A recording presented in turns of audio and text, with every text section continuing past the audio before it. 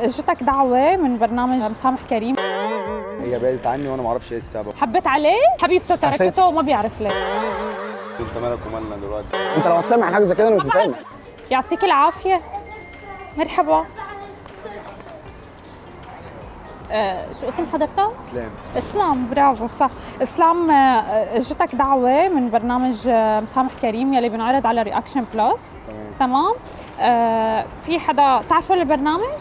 اكيد. شايفه يعني انت قبلت الدعوة من مسامح كريم صح؟ اكيد طبعا. طب مين بتتوقع يكون طالبك؟ لأنه أنا ما رضوا يخبروني بالبرنامج.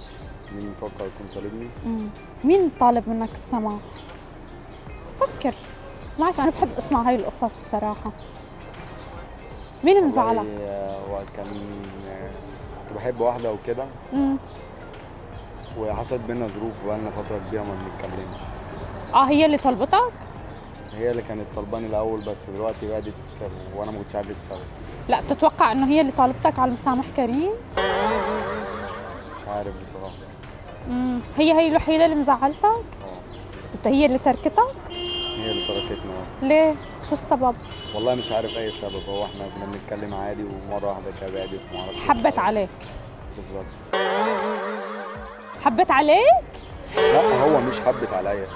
هو حبت بعضها. كنا بنحب بعض الله اعلم بس هي بعدت عني وانا ما اعرفش ايه السبب. بقالي فتره ارن عليها اسالها ما فيش رد، ما فيش ردود، ما فيش اي حاجه. معقول ممكن تكون، لا ممكن انا بتوقع قصه اكبر من هيك، يعني ما حتطلبك على مسامح كريم مشان تطلب يعني تسامحها، لانه انت شكلك حتسامحها. لا انا او معلش انا حشريه شوي بحب اعرف القصص يعني. هو بصراحه اللي هو حصل ده مساء الخير. انا شايف بس هو برنامج مسامح كريم ده تقريبا صح؟ صح. طب ممكن اعرف المشكله؟ انا مذيعه من البرنامج. مذيعه من البرنامج؟ طب ممكن اسمع القصه واقول حاجه برضه انا كمان؟ شو قول؟ يعني اعرف القصه الدنيا دايره ازاي؟ الزلمه جايته دعوه على مسامح كريم على قناه رياكشن بلس، انت شو دخلك؟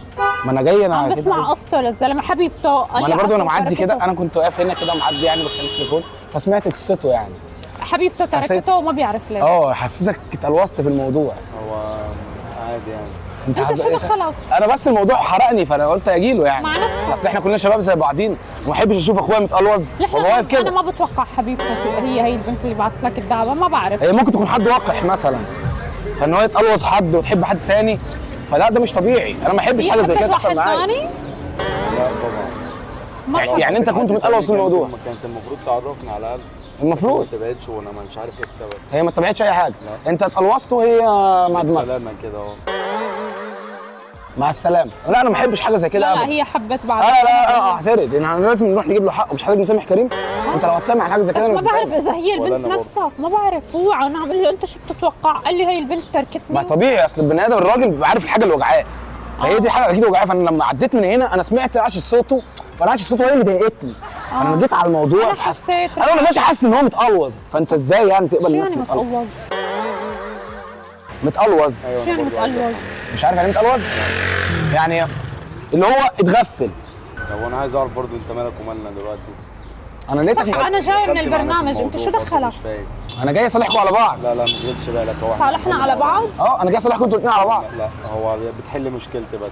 وانا بحل لكم مشكلتكم. لا احنا مش عايزين حد تاني يتدخل بعد اذنك. اسمع مني، احنا برنامج مسامح كريم. هو هيك مسامحني اصلا كده. انت مو مسامحني؟ طيب جدا ما شاء الله يعني. طيب قوي. هو سامحني قبل ما يعرف انا شو عامله معه. ايوه طبعا عايزين نقول له. شو مسامحني؟ انا مش عارف لاني مش عارف ايه السبب. انا جاي اصلح بينكم. اصلح بينكم في ايه بقى؟ ايه بقى؟ ان احنا برنامج مسامح كريم وهي كانت بتهزر معاك. وهي مش كريم ولا انا كرم ولا حد فينا كريم. وانا اللي مؤاخذ. انت اللي مؤاخذ، انت اللي متقلوظ.